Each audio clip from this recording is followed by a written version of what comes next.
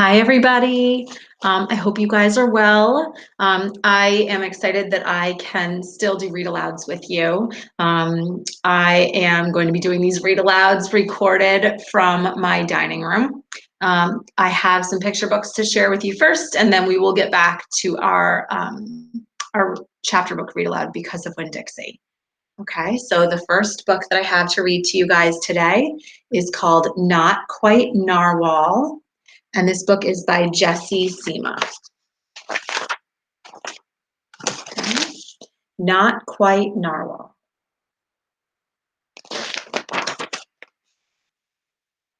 Kelp was born deep in the ocean. He knew early on that he was different from the other narwhals. His tusk wasn't as long as everyone else's. He had different tastes in food. And he wasn't a very good swimmer. So you can see the other narwhals, and he doesn't look the same. But his friends didn't seem to mind, so Kelp decided he wouldn't either.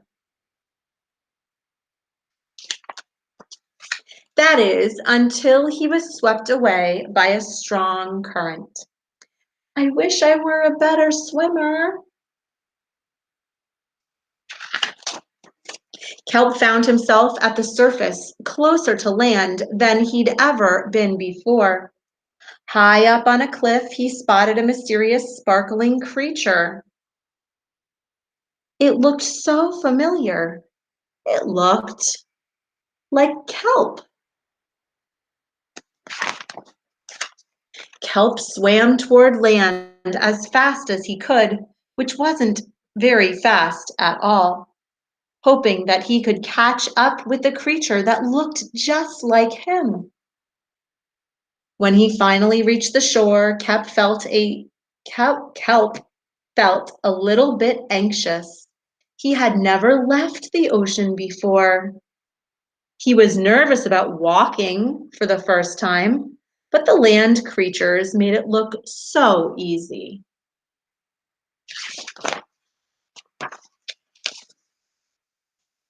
See him walking there. Oof, he said when he fell. It wasn't. Ow, when he jumped. Eventually, he got the hang of it.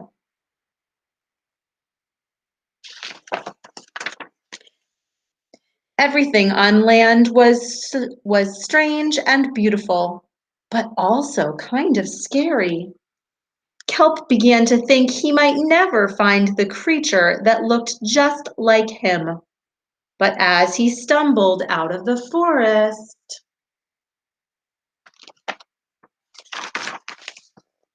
land narwhals. These don't look like narwhals. What do these look like, guys? Yeah, unicorns. Actually, we're unicorns. And by the looks of it, so are you.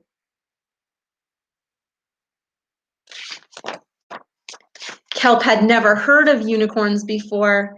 They taught him all sorts of things about his tusk. We call them horns. Wow. They introduced him to unicorn delicacies. Looks like a snow cone. And they showed him how to gallop. There was no doubt that Kelp was in fact a unicorn. He was having so much fun that he didn't want to leave.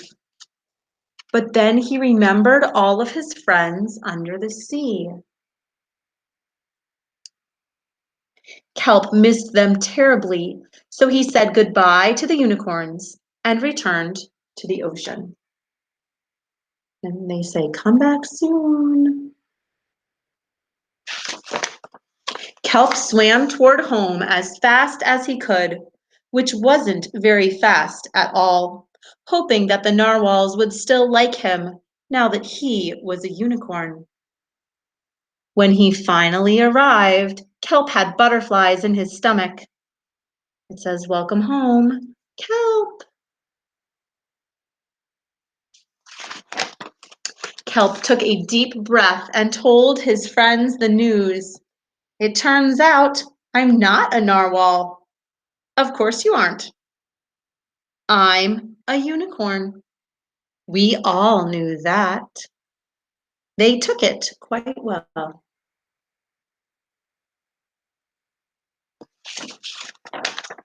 Kelp was happy to be home, but now that he'd experienced life on land with the unicorns, he couldn't seem to forget them.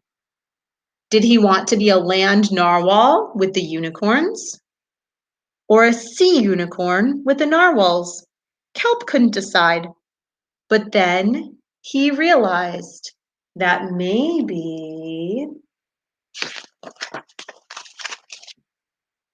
just maybe,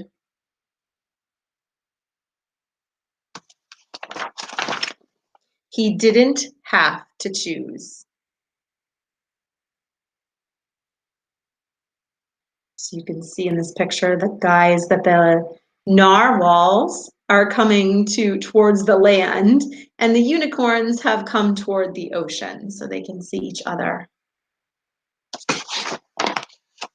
And the last little back cover page here, it says, he's saying, I'm a unicorn.